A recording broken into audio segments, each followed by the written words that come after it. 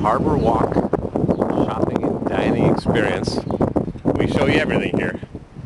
This is some kind of teak hardwood from a rainforest that Mrs. CW visited, I think, last summer.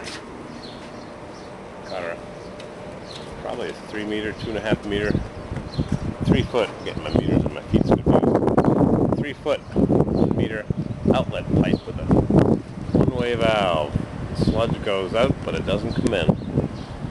We're in Georgetown, historic Georgetown. Make a video of the nice lawn behind this store with the roses.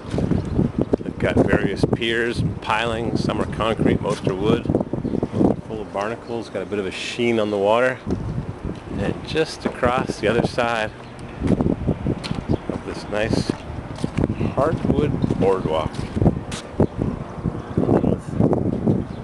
Finishing nails, they're stainless steel, plastic contraption, something or others. We've got the steel rolling mill where they make wire, process junk into a finished product, and across the road from that is International Paper's chipping mill. I'm sure someone who lives closer to here can tell me more about it. Not as much as I just see it. I remember what I saw on the sign from a minute earlier. South Carolina's third oldest city. It is believed that the Spanish first settled on an outpost of Winyaw Bay in 1526. Allegedly, the settlement only lasted 6 months and no remains have ever been found. Georgetown was formally founded in 1729, 200 years later. That's a long time. Making it South Carolina's third oldest city following Charleston and Beaufort. In 1732, Georgetown became an official port of entry which allowed foreign exports and imports to come through Georgetown rather than Charleston. Competition. This allowed the city to grow and thrive with its major occupations being traders, merchants, and planters. Throughout its rich history, Georgetown has survived wars, economic downturns, hurricanes, and most recently fires with that big store that burned to a crisp right there. Today, the downtown historic district contains more than 50 historic homes, buildings, and sites dating back to 1737, and a steel mill and a paper mill, and some mooring sites, and some tourists that are just catching a few Z's, or for you Canadians, a few Z's. For those who fall asleep on the job, a Zets. Nice garden. Concrete piers, rocks, riprap, galvanized pipes. Everybody has a different way of attaching. Just stick it right in the hole. No floor flange. Not flanged on. What holds it in place? Nothing.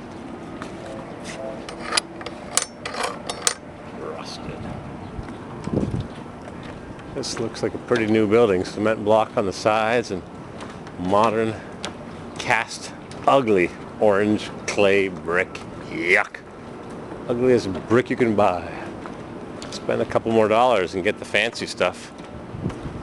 This one's pretty fancy. It's got concrete piers. That one's a little crooked. A little older. Nice new building. Got some pleasure craft, a little sailboat. I don't like going on the water, I get seasick. Brand new building, right on the water. Shops downstairs, residences upstairs, just like the old merchants used to do. They lived above their building. We were looking at the Kaminsky building over there, which was a hardware store, one of the biggest, most thriving businesses of the day. The gentleman was so successful he added a third floor and a rear addition. You can see it because the brick changed in color.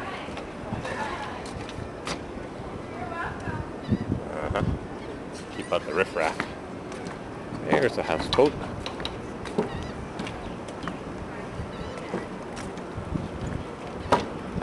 Wow. The office, Georgetown, South Carolina. I don't know, I don't need to go on those stinking fishing boats. There goes a pile of scrap. Chunk, chunk, chunk. Chunky, chunky scrap. Big tuna and the big kahuna. Doesn't that look good? Yummy. River room. We're fattening up the Americans. Exit only.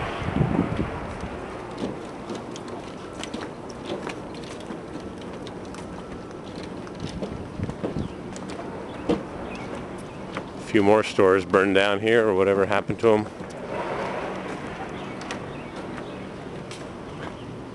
Gone. Harbor Walk. Life on the rivers of Georgetown, South Carolina. Georgetown is blessed with deep and navigable rivers that historically served as the city's safest and easiest routes for trading. 4 rivers flow together to form Winyah Bay, Sandpit, Waccamaw, PD, and Black. Each river's name, with the exception of the Black River, derives from local American vernacular. In the 1930s, the intra-coastal waterway was constructed by making use of the Waccamaw River and Winyah Bay. Georgetown's rivers not only served for transportation use, they are also home for the indigenous marine life and shorebirds. Today, these rivers are utilized by locals for recreational purposes such as fishing, hunting, and boating. In their big boats, some of them moored at the dock, paying a slip fee, and some of them moored in the middle of the river. Little island there, got some industry. You can sure smell it. Industry is where the money is. Final chucker. My grandfather used to have a big boat like that, a wooden boat, a long time ago.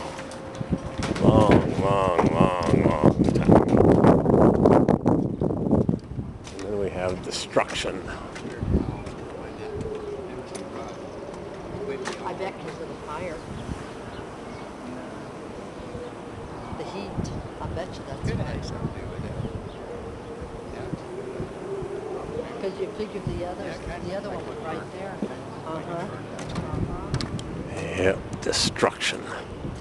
Fire is not your friend. What a shame. People lose their businesses, their way of life. One minute it's a viable business, the next minute a little spark, a little gas, a little carelessness.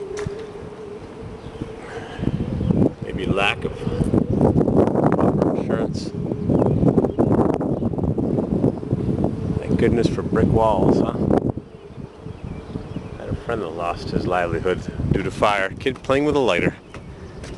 My friend's insurance had lapsed. They sent him a notice. You have 30 days to do something. We don't like the proximity of the neighboring property, which he had a lease to buy. He was renting them both. One he had a mortgage on, and one he was leasing and then re-renting it. And the insurance company sent him a notice, gave him 30 days to do something. And on day 18, he had a fire. I said to him, "Man, what were you thinking?" He said, "I was thinking of getting insurance on day 19. I was going to call up Monday morning, and on Sunday the kid was playing with a lighter, and poof, there went his mortgaged property with insurance, and his leased property. No, wait a minute. His mortgaged property had no insurance. That's right. His mortgaged property had no insurance. Had expired 18 days earlier, after being there 100 years.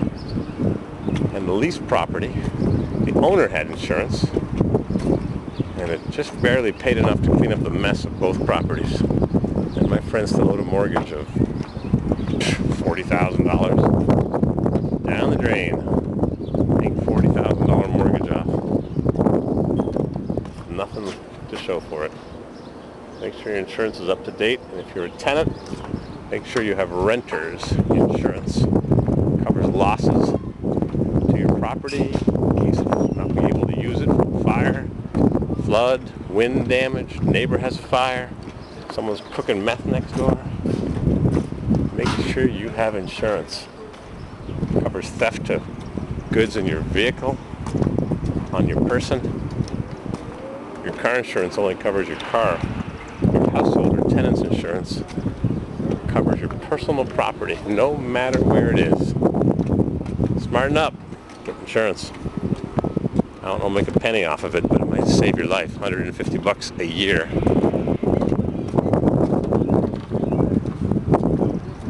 I love the way the locals talk, the local yokels. We're at the Harbor Walk, Port of Georgetown, into Myrtle Beach. Life on the river, by the mill. I'm CW. I'm on vacation. Don't ask how long. Too long. Loving it.